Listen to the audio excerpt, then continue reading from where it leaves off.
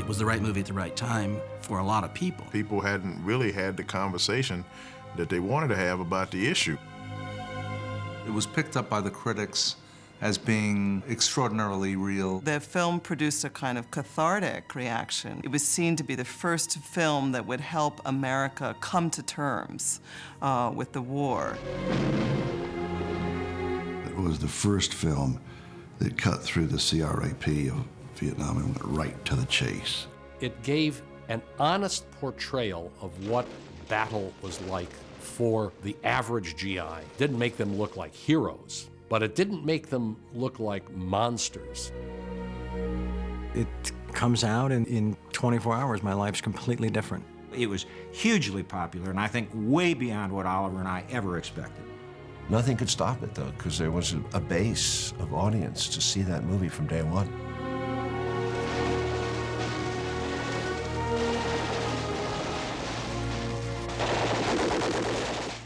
The film was written in 1976. I wrote it quickly in the summer of.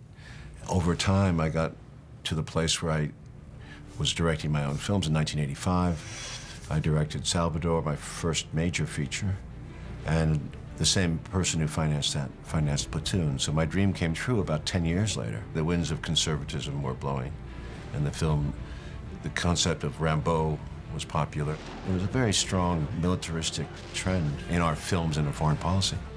It was kind of this little film that nobody was paying attention to, and we knew we were sort of taking a leap of faith with this guerrilla filmmaker in Oliver. It was a small, unknown film with no stars and no director, so it was not exactly high profile. We knew it was going to be pretty gritty most of the way, so we didn't really know that we were making something that people were going to respond to the way they did.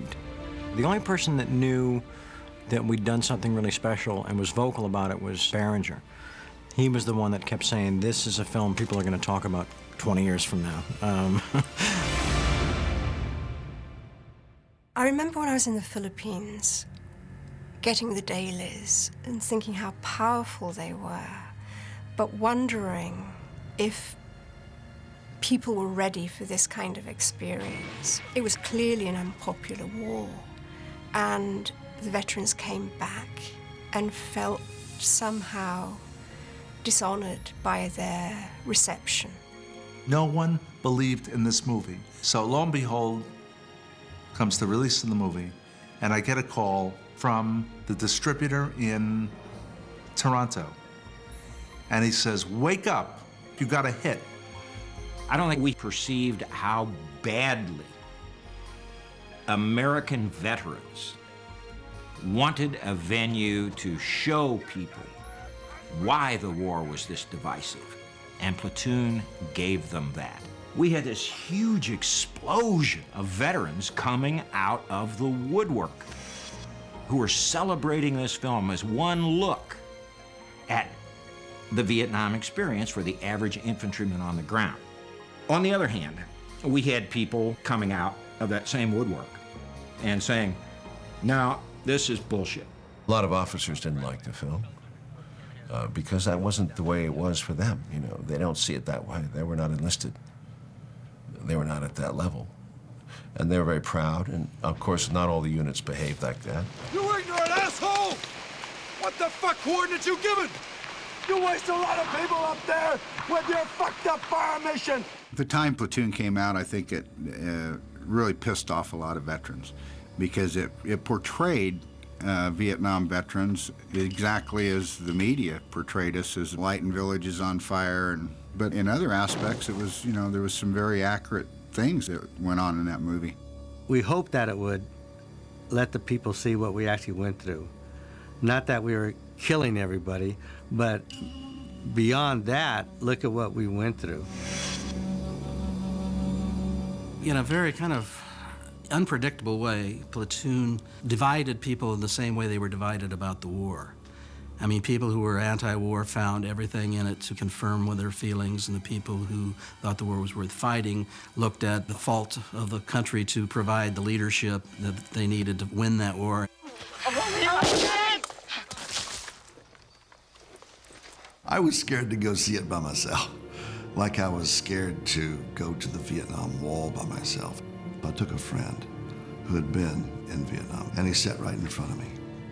And we were silent throughout the movie. And right after the movie was over, he turned around and said to me, it was not my fault. The war wasn't my fault. What that says to me is that all of us, I think, when we have something terrible happen to us, or we go through a traumatic moment, you internalize what went wrong. You internalize the guilt that somehow you were at fault. And Platoon, for this particular Vietnam veteran, relieved that guilt. I was sitting in the theater all by myself next to a man, and there was a firefight on screen toward the end of the movie. And he went like this. He reared back like this to block the explosion, and then he sank back in his chair, and he was sobbing. And put my arm around him, and I sobbed with him. And it was apparent that he was a veteran.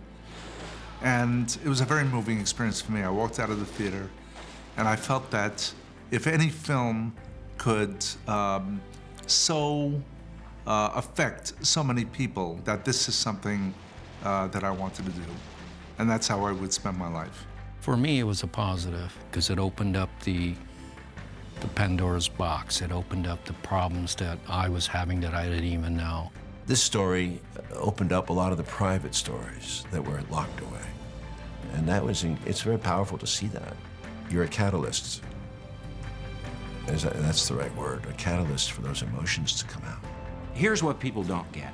There will never be a definitive story about the American involvement in Vietnam. We had something like 2 million people that served over there in uniform through a period of 10 years or more. And each one of them had a different experience.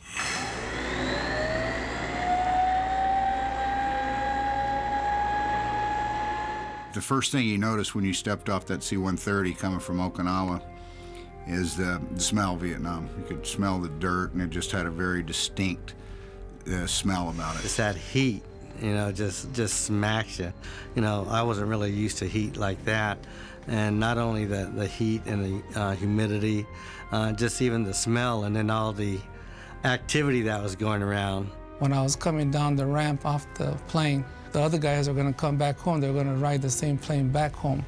When one of the soldiers jumped out of the group and came up to me and pointed his finger at my chest and said to me, "I'm going home, so you're gonna die for me." In its depiction of combat in Vietnam, there had been no film like it. Getting not only the details of it right, but the texture and the emotions of it right. I'm particularly thinking of the ambush scene. That really got across the terror and the confusion of combat in Vietnam. And that really triggered something for me, because myself, I really never went to sleep. I was just too scared. Ambush for me was one of the most scariest things to be on, because you are out there by yourself, even though that you do have the support. I got there, it was, things changed. I mean, it was, you know, first time I saw dead Marines, you know, I'll never forget the scene. I saw, 6 dead Marines covered up with ponchos in the rain, and I was looking at their boots and looking at my boots, and the realization was I had to be very careful, in Vietnam if I was going to stay alive. And, 13 months was a long time. The My Lai massacre was on our minds, and you certainly thought about that in the sequence where the 2 sergeants are fighting over destroying this little village. And, it's one thing to read about that and read about the horror of it, but when you see it enacted and it seems so authentic, it's one of those things where you're watching it and you're saying, God, I hate seeing this, but it's really important. Motherfucker! Be cool, be cool. They're scared, man, they're scared. Oh, they're scared, huh? What about me, man? What about me? I'm sick of this fucking shit. Come on! In the village, somebody doesn't come when you call, you kill them. And you get away with it. You don't like these people. A lot of these people just don't like, they call them gooks because they smell the fish oil, and that weird smell. They don't bathe, and they don't talk our language. They don't do what we want them to do, and they're helping the enemy. Sometimes they were. Some of the villages did have shit. So it was always a mess, And there was a lot of, I didn't like doing village work, but it was interesting and I never felt comfortable when I saw some of the behavior. It did have the courage to address the moral ambiguities of Vietnam.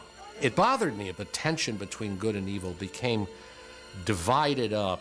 And why did it bother me? Because I think that one of the moral lessons of Vietnam is that good and evil exists equally within the same human breast. And that one of the strange things about a conflict like Vietnam is that the good or the evil can come out unexpectedly, almost randomly. You could see some guy that is compassionate toward the Vietnamese one day, but the next day is quite brutal.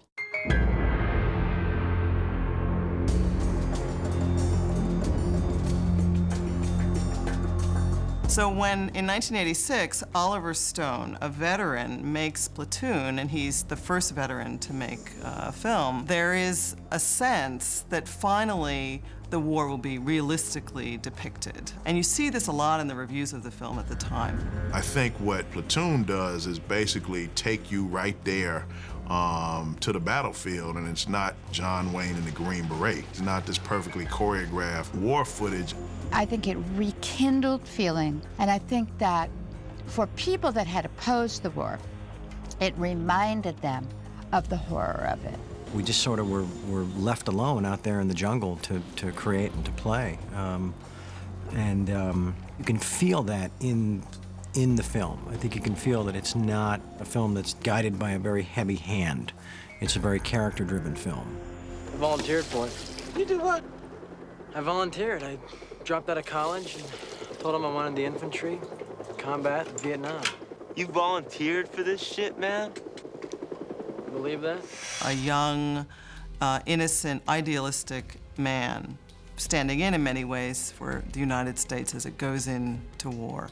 That's part of the popularity of the film, that people could identify with the character, essentially Oliver Stone's stand-in in the film. What we got here is a crusader. Sounds like it. He was a guy that had some convictions about his ideals, and I think went there to be part of something bigger than himself, and I think went there to do something good, and realized shortly after arriving that just wasn't possible. Death? Well, you all know about death.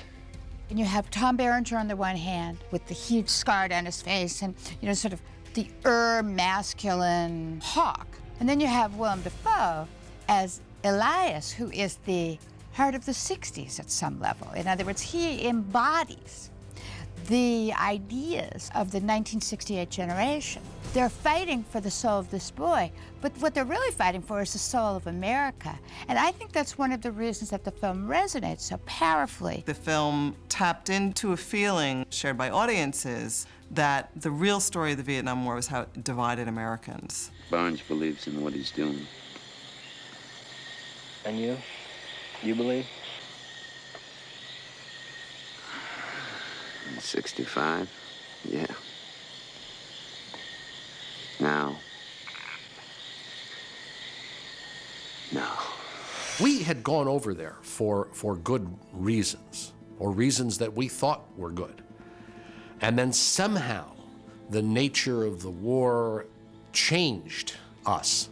That divisiveness that the war produced in American society is in many senses its largest legacy in the US. And that's part of why this film still stands out in many ways as one of the most important representations of the war. They are ostensibly at war with the Vietnamese, but in fact, in the film, the story that's the most important is the story of Americans fighting each other over the war.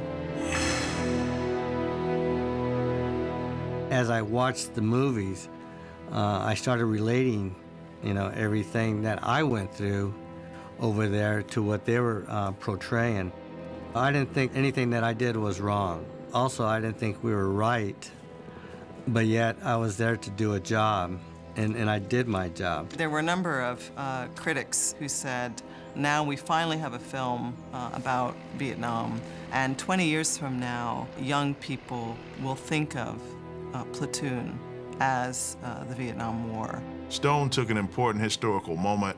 He was connected personally but made his film about this issue at a time when there was enough critical and historical distance for him to bring a fresh perspective. I think that at that moment had an impact, and it has impact, you know, on all subsequent war films. Platoon got a number of nominations and won 4 Academy Awards. Oliver won for Best Picture, Best Director. I won for Best Editing, and we won for Sound. I was about 38, 39, got my second Oscar. And it was exciting. It was exciting. And it gave me power to make things fast, which is what I wanted to do. I did Wall Street right away. I mean, I did 10 movies in 10 years, so that was fast. It's pretty rare when you think about the amount of movies that are made and will continue to be made, that you get to be a part of one, that you get to star in one that had such an effect on so many people for so many different reasons. And you can't be nothing but proud of that, you know, and just grateful that you were involved. I owe Platoon, and I'm always grateful.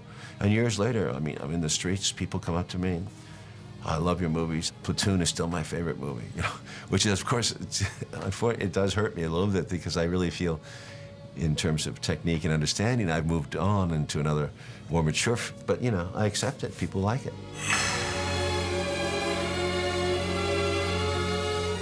One of my friends said, every day that I was in Vietnam, I thought about home, and every day that I've been home, I thought about Vietnam. So you never lose that, and that's what Oliver Stone captured, that sense of upfront, in-your-face war, and the tension of it, and the fact that this isn't ever going to leave me.